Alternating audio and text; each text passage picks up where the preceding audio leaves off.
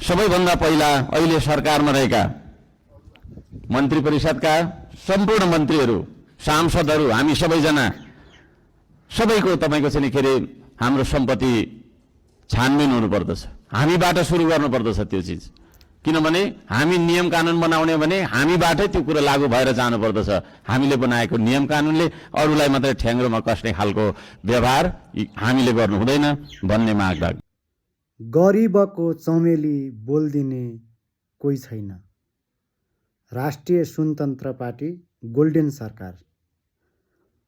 चुनावको बेला सामाजिक सञ्जालमा क्युआर हालेर चुनाव खर्च उठाउँदै थिए। अहिले तोलाका तोला सुन, करोडौँ करोडौँ रुपियाँ, यो त देखाएको मात्रै हो। अकुत सम्पत्ति कति छ त्यो त बिस्तारै थाहा हुन्छ। गोल्डेन सरकार।